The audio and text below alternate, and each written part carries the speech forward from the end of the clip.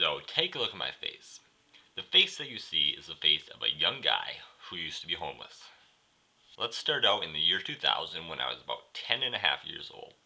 In January of 2000, my mom and me and my two younger brothers, we went to this women's shelter because we were in such a stupid situation.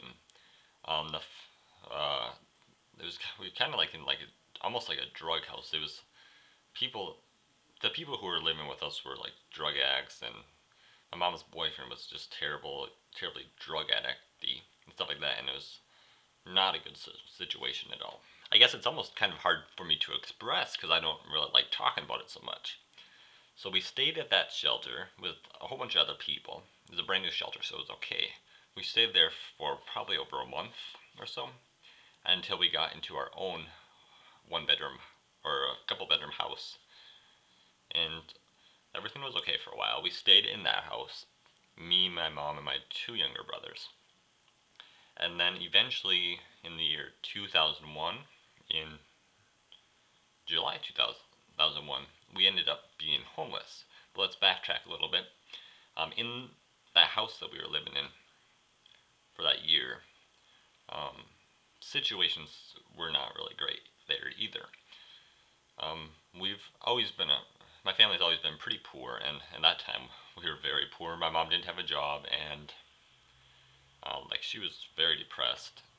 Just situations were not very good, and that situation led to another situation, which just caused us to be homeless.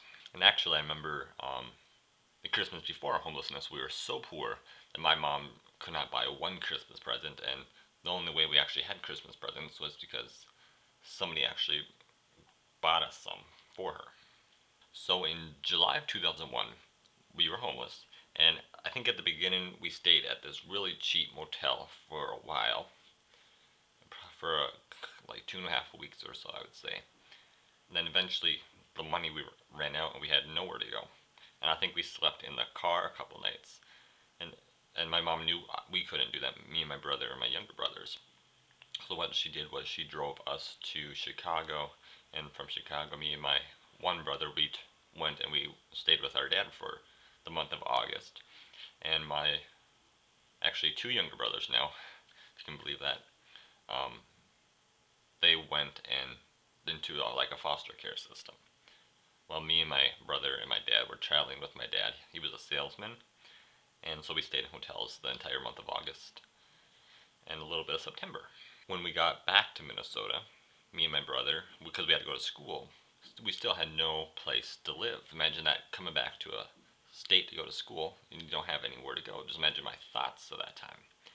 So I think at the first day or two, we did sleep in the car again. And then after a little while, um, we couldn't sleep in a car every single night, obviously, because I had to go to school and stuff like that. So my mom and um, my brother and me, we went to, we stayed at the Salvation Army homeless shelter. I remember I was there for September 11th, 2001.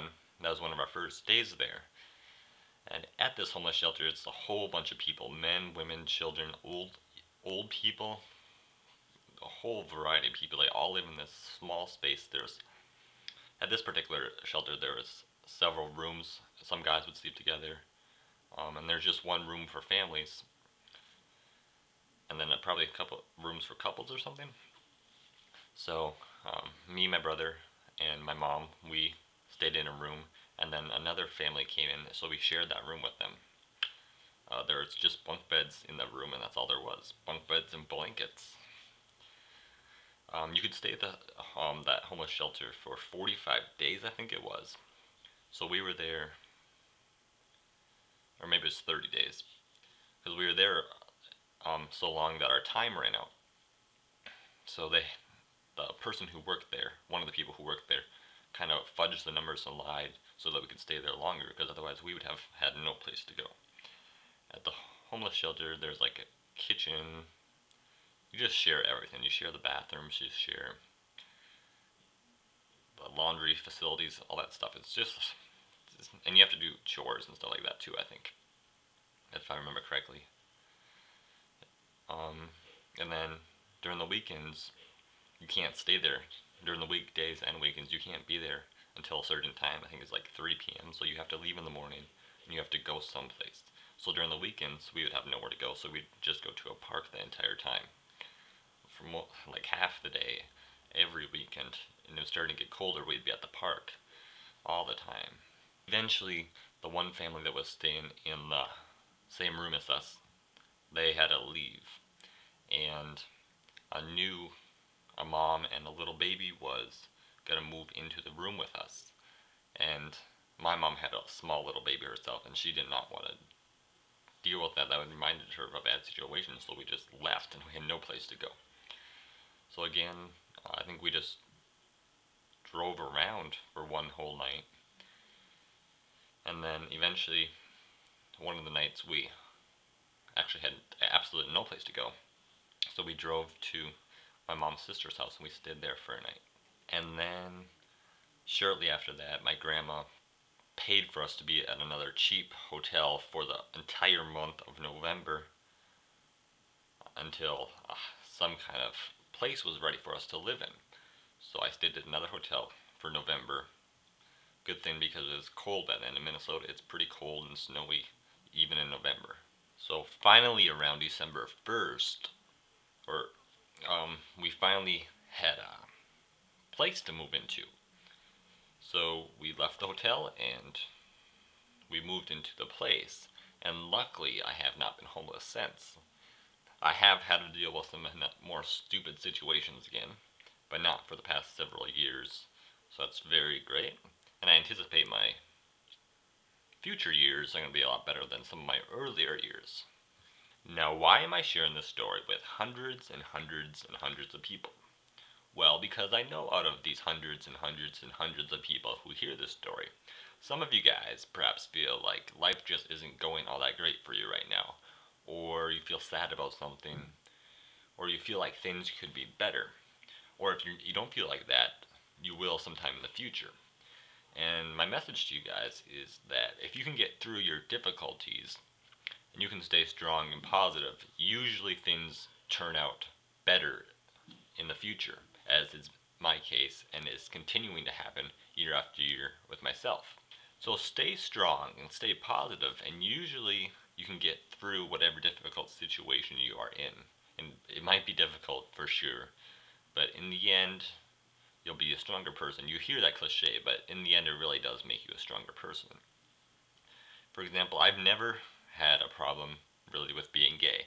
I used to keep it a secret. I hid it inside of me, just like I used to hide me being homeless and a whole bunch of other nonsense that I went through and a whole bunch of different little things. But like I said, I never felt like I wished I was straight, or I never felt sad about being gay, or I never felt like committing suicide because I was gay.